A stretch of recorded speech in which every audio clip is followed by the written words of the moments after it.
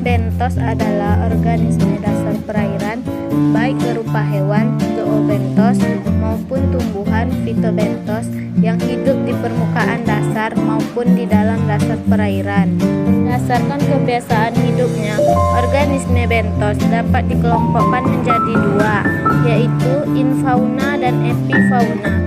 Infauna yaitu organisme bentos yang hidup menetap di dalam sedimen atau substrat. Contohnya pada kelas bivalva dan polychaeta.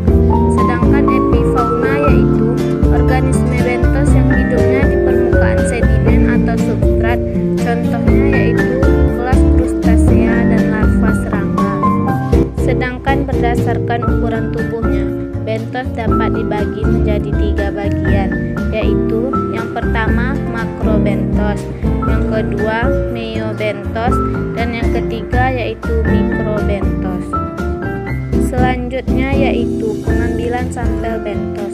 Dikarenakan stasiun pengambilan sampel kita merupakan perairan yang dangkal, maka alat yang digunakan yaitu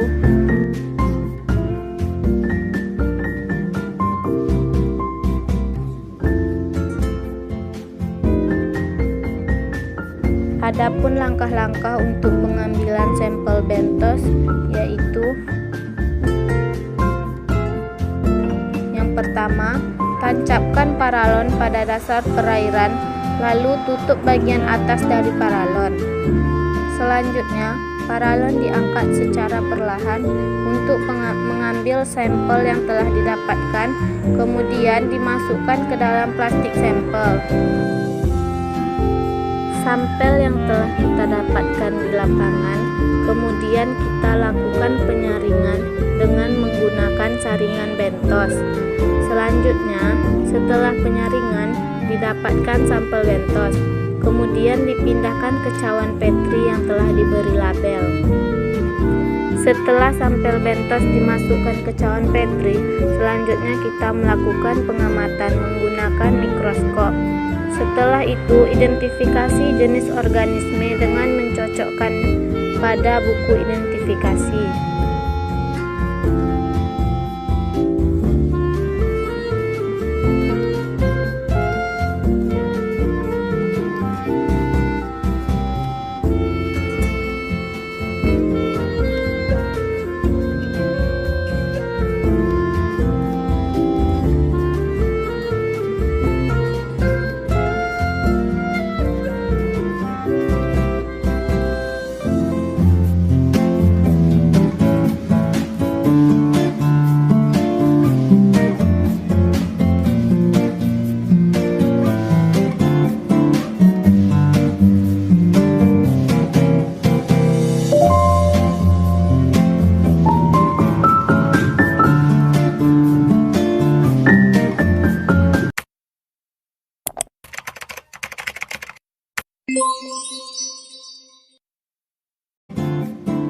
Nekton adalah kelompok hewan air yang termasuk ke dalam kelas Pisces atau Ichthyids, dikenal sebagai finfish, bertulang punggung atau vertebrae, bergerak dengan sirip, bernafas dengan insang, dan mempunyai suhu tubuh relatif sama dengan suhu habitatnya atau yang disebut dengan poikilotermal.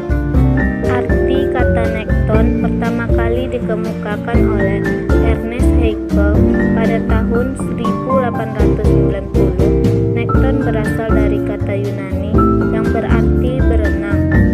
Ilmu yang mempelajari nekton disebut nektologi, sedangkan orang yang mempelajari ilmu tentang nekton disebut nektologis. Nekton merupakan organisme yang sangat bermanfaat bagi manusia, terutama untuk perbaikan gizi dan peningkatan ekonomi.